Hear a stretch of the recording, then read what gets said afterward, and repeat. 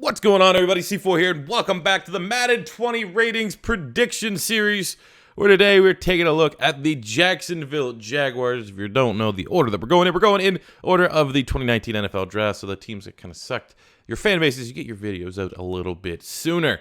So today, taking a look at the Jacksonville Jaguars. Lots of changes have happened to the team. They've done a lot of cost-cutting measures to free up some money, especially when it comes to the defensive side, but I think they are, because of the man they have under center, a dark horse next season to make the playoffs, given the fact that they were they were like the Raiders, like a throwback to like an Al Davis Raiders team last season. Everything that could go wrong did go wrong for the Jacksonville Jaguars, but that does not exclude the fact that they have a very talented team that should be still pretty fun to use in Madden. So looking at the QB, we will start with Mr. Nick Foles. I'm going to Nick Foles 79 overall. I could be biased, could give him what he plays like in the playoffs, but I think ultimately he's a solid quarterback. Given the huge contract, they're going to give him a nice rating. That actually could be false. So I have no idea. I almost have to preface with all this is that these are my ratings predictions, not if I was trying to honest to God predict what the exact rating will be in Madden 20, because this upcoming year is going to be drastically different than any other release of Madden because they've completely redone the rating scale. If Aaron Rodgers is like a 92, then that's drastically going to change how all these other quarterbacks are going to be rated. Like Nick Foles probably be like a 72, 73. But for right now, we're going to kind of go based upon years past, maybe slightly lower. And I think Nick Foles starts out with a 79. And if dev traits, like the playing traits, he's going to definitely have clutch unlocked and could get some glitchy animations in the fourth quarter. I also like Gardner Minshew out of Washington State as a backup quarterback. Nice little find there for the Jacksonville Jaguars. Go to the running back situation. We have Leonard Fournette. I gave Fournette an 82 overall. Struggling to stay healthy. Last season, 620 yards from scrimmage, 6 total touchdowns. I do think that when he is healthy, he is one of the more premier power backs in the National Football League. He can't stay healthy. So I feel like for the time being, an 82 is a fair rating here for Leonard Fournette. And beyond that, I low-key like the Raquel Armstead draft pick out of Temple. Guy brings a lot of speed, a lot of power, and I wouldn't be surprised to see him be RB2. Maybe, if you're thinking fantasy football, maybe an Armstead in the last couple rounds. Because of Leonard Fournette's injury history, Armstead could be a nice value pick. Go to wide receiver, their top wideout. I'm giving it to D.D. Westbrook. I'm going to give him an 80 overall. Last season, 66 catches, 700 yards, and 5 total touchdowns. Beyond that, you got Marquise Lee. Give him a 79. I think he's kind of actually a little bit overrated. Keelan Cole is good for a couple spectacular catches here and there. I'm giving him a 78. Keelan Cole, 38 catches, 490 yards, and a touchdown last year. They got Chris Conley coming over from the Chiefs. DJ Chark, height, weight, speed, always fun in Madden.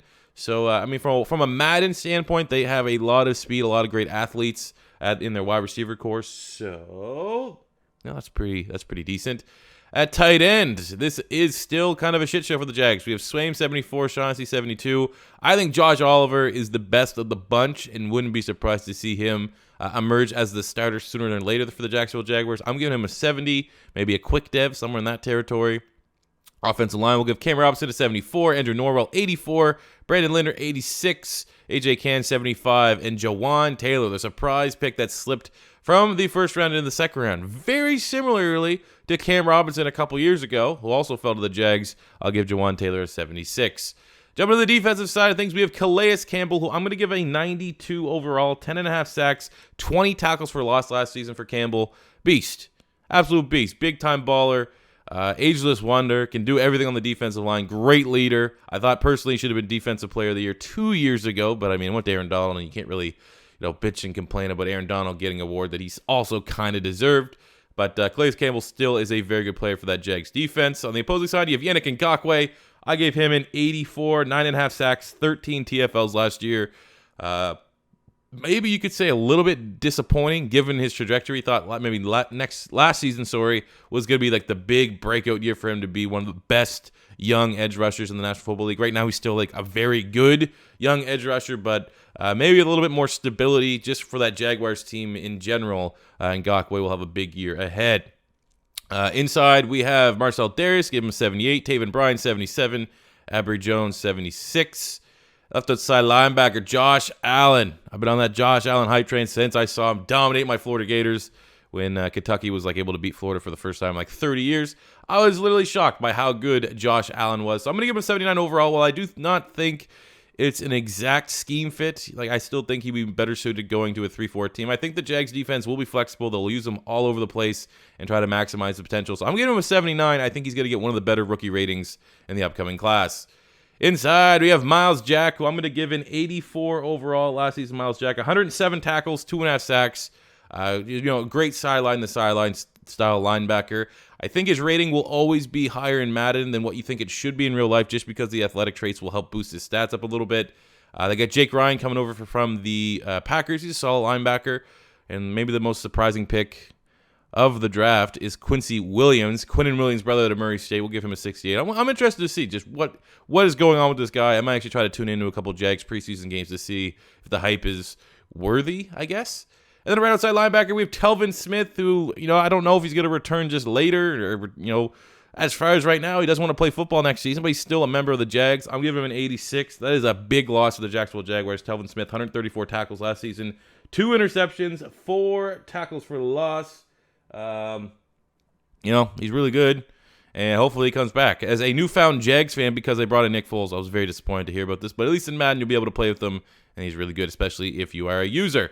Jumping to the secondary, I gave Jalen Ramsey. I'm still holding with 95. A little bit of a down year last season. 3 interceptions, 13 pass breakups, 65 tackles. But if I'm still starting a franchise and I need a corner, like if I'm, you say, everyone's a free agent and you're starting your defense, there's still a legitimate shot. I will take Jalen Ramsey with that first overall pick in that hypothetical draft. He is that damn good. He's a complete safety / corner. I think, actually, personally, I think he could be a better safety than corner, which is crazy. But I just think because of his size and his tackling ability, it'd just be unreal. But I also think he's best corner. Like the fact that I think he's straight up the best genuine defensive back in the National Football League. I'm giving him 95, which is the highest rating for a corner coming out of my predictions.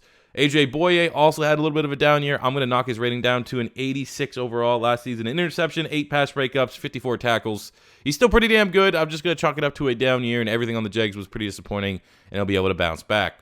Jumping to the safeties, you got Cody Davis. Give him 75. I mean, he's just, a solid rotational guy. Zedrick Woods might actually get a really generous rating just because of the athletics. He was the guy that ran the fastest 48-yard dash time at the Combine, 4.29 out of Ole Miss. So, just because he gets that double 96, that's going to just inflate his rating alone. So I think, given the fact that he was drafted a little bit later, he will have a high Madden rating.